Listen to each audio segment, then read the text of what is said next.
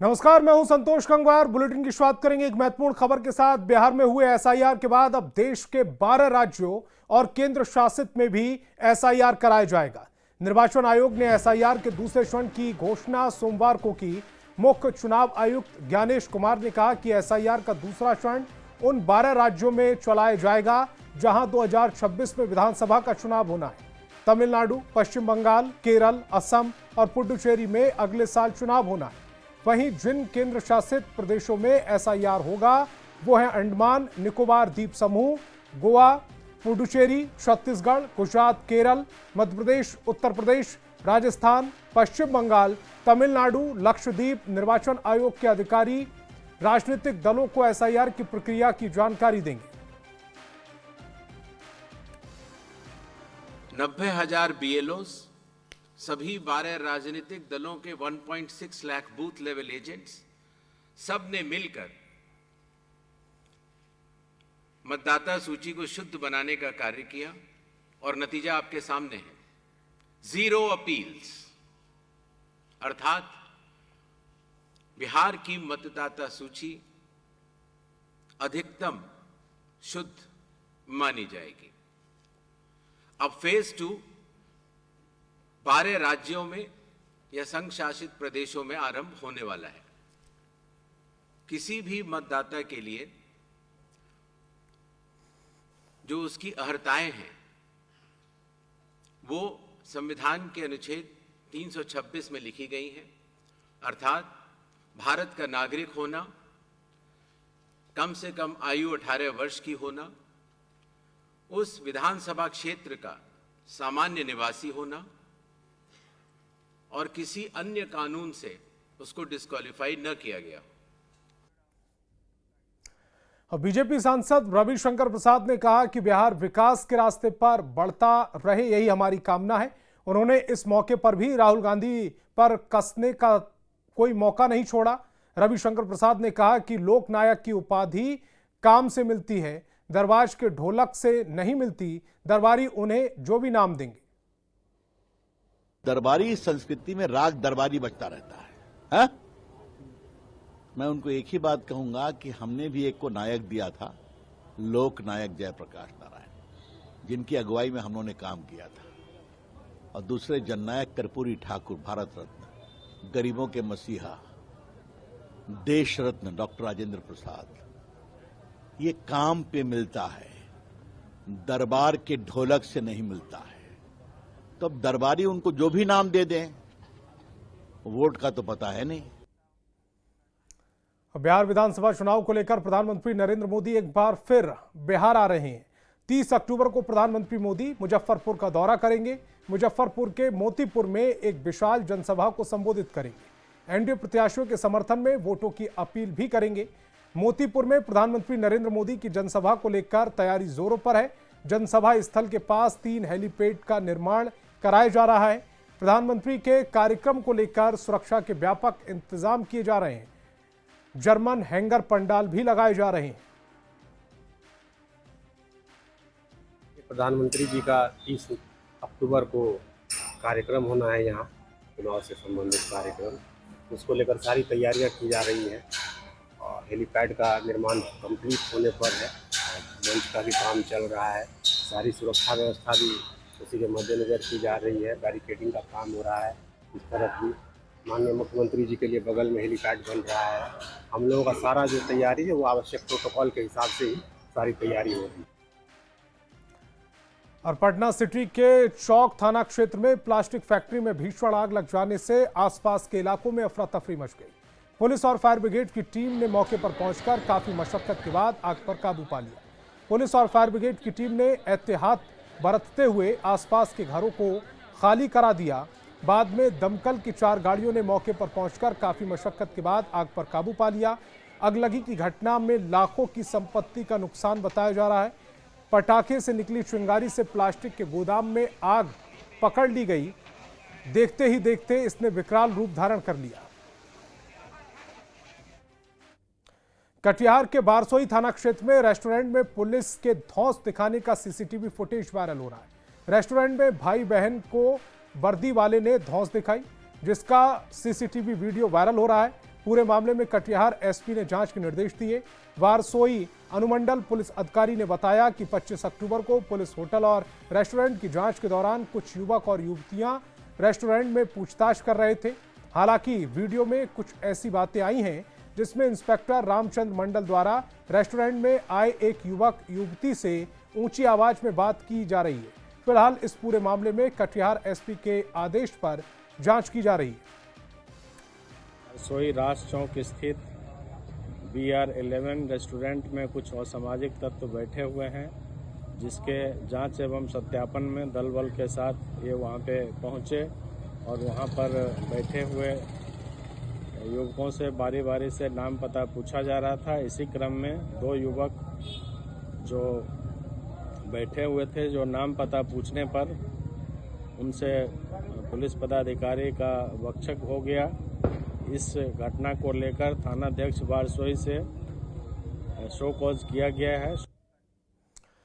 गोपालगंज में बेखौफ और बेलगाम अपराधियों ने छठ घाट से लौट रहे एक युवक की चाकू मारकर हत्या कर दी।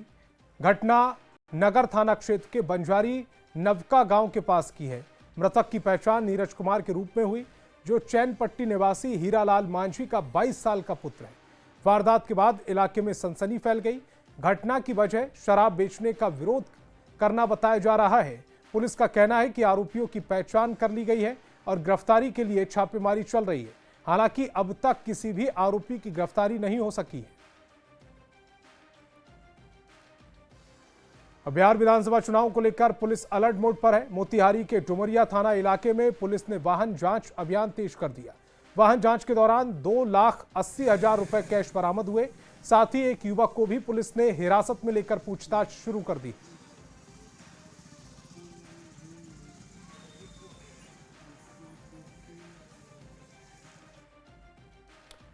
और विधानसभा चुनाव को लेकर मोतिहारी पुलिस ने बड़ी कार्रवाई की। अलग अलग इलाकों में पुलिस ने कैश और शराब बरामद की है। अर्धनिर्मित मकान से पुलिस ने 4 संदिग्ध युवकों को 1 लाख से ज्यादा नेपाली कैश के साथ गिरफ्तार किया। वहीं महुआवा थाना इलाके में टेम्पो से नेपाली शराब की बड़ी खेप पकड़ी गई। साथ ही टेम्पो सवार 2 युवकों को गिरफ्तार कर लिया गया।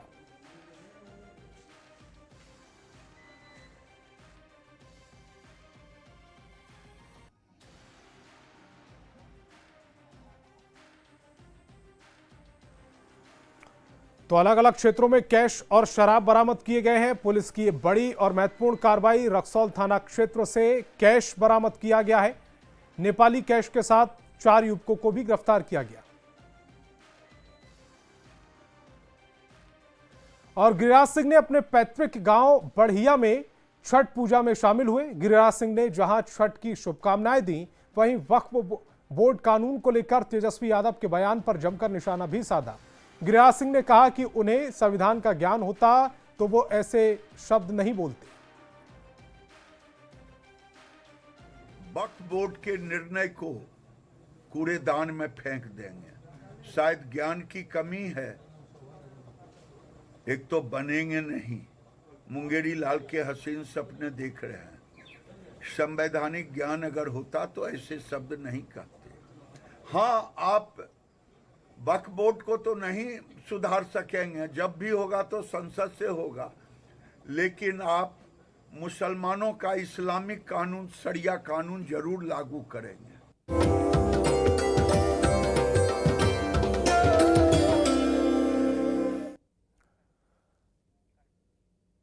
और लोक आस्था के महापर्व में स्वर्गीय शारदा सिन्हा की बेटी वंदना सिन्हा न्यूज 18 के कार्यक्रम में शामिल हुई। वंदना सिंह ने छठ के गीत गाए। इस मौके पर स्वर्गीय शारदा सिन्हा के बेटे अंशुमन सिन्हा भी शामिल हुए। छठ महापर्व के खास मौके पर दोनों ने शारदा सिन्हा को याद किया और न्यूज 18 के इनपुट एडिटर ब्रजमोहन सिंह ने दोनों से खास बातचीत की। दिल से शुक्रिया अदा करता है आपके सहयोग से न्यूज 18 बिहार झारखंड। वंदना जी, आपने जो अपनी माता की कमी को आज पूरा किया है वो अपने आप में ही बहुत ही खुशी की बात है। जिस परंपरा को आज आपने आगे बढ़ाया है वो अपने आप में बहुत ही गौरव का पल है, बहुत ही खूबसूरत पल है। कैसा लग रहा है आज, कैसा महसूस हो रहा है आप? मुझे तो बहुत सूनापन लग रहा है और उसके साथ साथ ये अवसर भी है, तो इन दोनों का बैलेंस करना बहुत कठिन था आज मेरे लिए। लेकिन ईश्वर की मर्जी, माँ का आशीर्वाद, मैंने किसी तरह ये पूरा किया है और मैं अपना प्रयास हमेशा जारी रखूंगी। इसके लिए मैं ईटीवी को, न्यूज़ 18 को, वाकई न्यूज़ 18 का साथ बहुत पुराना अंशुमन, स्वर्गीय शारदा सिन्हा जी का जो उनकी जो लेगेसी रही है काफी बड़ी रही है। हम लोग पिछले 50 सालों से, जब से मतलब हम लोग पैदा हुए, कानों में वही आवाज गूंजती थी। तो आप दोनों भाई बहन किस तरह से इस लेगेसी को, इस विरासत को आगे बढ़ाएंगे? जी, हमें इस लेगेसी को जीते हुए भी, मतलब बचपन से जितनी उम्र हुई, हमें ये अवसर मिला कि हम इसी की छाँव में पले बढ़े हैं और इसलिए इससे बाहर तो सोचेंगे नहीं, रहेंगे तो इसी में। और सबसे बड़ी बात है कि जो माँ की गायकी है, जो उनका व्यक्तित्व था, इन दोनों में इतनी ज़्यादा शक्ति है कि उस मार्गदर्शन पर चल करके हम ज़रूर कहीं न कहीं अपनी संस्कृति को वो स्वच्छता और वो सौहार्दता जो गीतों से के माध्यम से हो सकता है वो दे सकेंगे। मैया के दरबार सजल सत्कार में, बर्तन के पुकारो रहल, बर्तन के पुकारो रहल, बर्तन सुर में लाए, छठ मैया के महिमा गाए। बर्तन सुर में लाए, छठ मैया के महिमा गाए। घाटे घाटे गूंजे हो, घाटे घाटे गूंजे छठ गीतन के सार में, बर्तन के पुकारो रहल, बर्तन के पुकारो रहल, बर्तन के पुकार हो रहल। बहुत शानदार, बहुत शानदार। आधुनिकता के साथ कैसे लोग गायिका के उस स्वर को आपने आज आवाज दी है, वो अपने आप में ही बहुत अद्भुत है, बहुत ही अविस्मरणीय है। बहुत बहुत शुक्रिया आपका। और इस कार्यक्रम को सफल बनाने के लिए अपने इनपुट एडिटर ब्रजमोहन सिंह जी का भी मैं बहुत तहे दिल से शुक्रिया अदा करना चाहूंगी। इस सम्मान को आप ग्रहण करें। और छपरा एकमा स्थित बेनौत गांव में युवा चेतना के राष्ट्रीय संयोजक रोहित कुमार सिंह छठ पूजा में शामिल हुए। रोहित ने छठ महापर्व पर ग्रामीणों से मुलाकात की और छठ पर्व की शुभकामनाएं दी। रोहित ने कहा कि बिहार की पहचान छठी मैया से है। हम सामाजिक न्याय में विश्वास रखते हैं और इसकी प्रेरणा हमें छठ महापर्व से मिलती है। रोहित ने कहा कि छठी मैया से प्रार्थना की है बिहार के विकास हेतु फिर एनडीए गठबंधन की सरकार बने।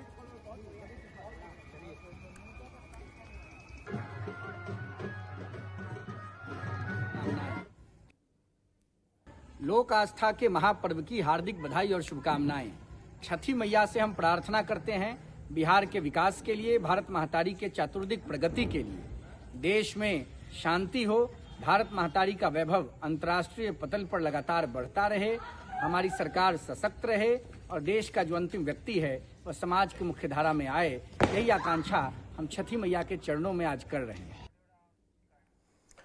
और पटना में सीएम आवास पर सीएम नीतीश ने अर्घ्य दिया है। इस मौके पर उनके परिवार के लोग भी मौजूद रहे।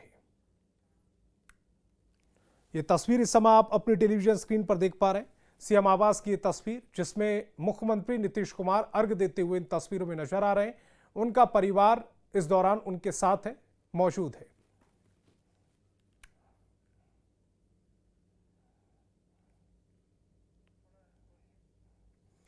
तो दो तस्वीरें आपकी टेलीविजन स्क्रीन पर। दूसरी तस्वीर में अर्घ्य देते हुए सीएम नीतीश दिख रहे हैं और पहली तस्वीर में उनके बेटे निशांत कुमार दिख रहे हैं।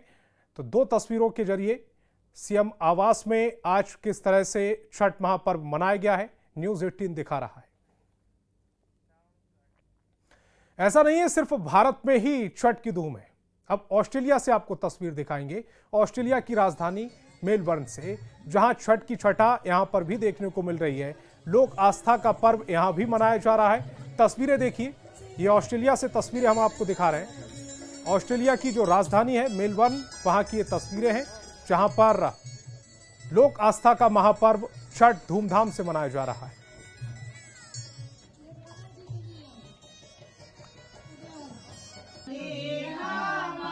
और Bihar Jharkhand association of new England की तरफ से बोस्टर शहर में छठ महापर्व का आयोजन किया गया। बड़ी संख्या में श्रद्धालु यहां पूजा अर्चना करते हुए इन तस्वीरों में देखे जा सकते हैं। तस्वीरें इंडिया से बाहर विदेश की हैं। और अब जो तस्वीर हम आपको दिखाएंगे, फिलहाल तो जो तस्वीर इस समय आप देख पा रहे हैं ये इंग्लैंड की है। और उसके बाद अब जो तस्वीर आप देखेंगे वो अबू धाबी की होगी। अबू धाबी में भी छठ महापर्व की रौनक देखी जा रही है। छपरा जिले के रहने वाले लोगों ने महापर्व छठ यहां पर मनाया है। लोगों ने डूबते हुए सूर्य को अर्घ्य दिया। इस दौरान घाट पर आस्था की अद्भुत तस्वीर देखने को मिली।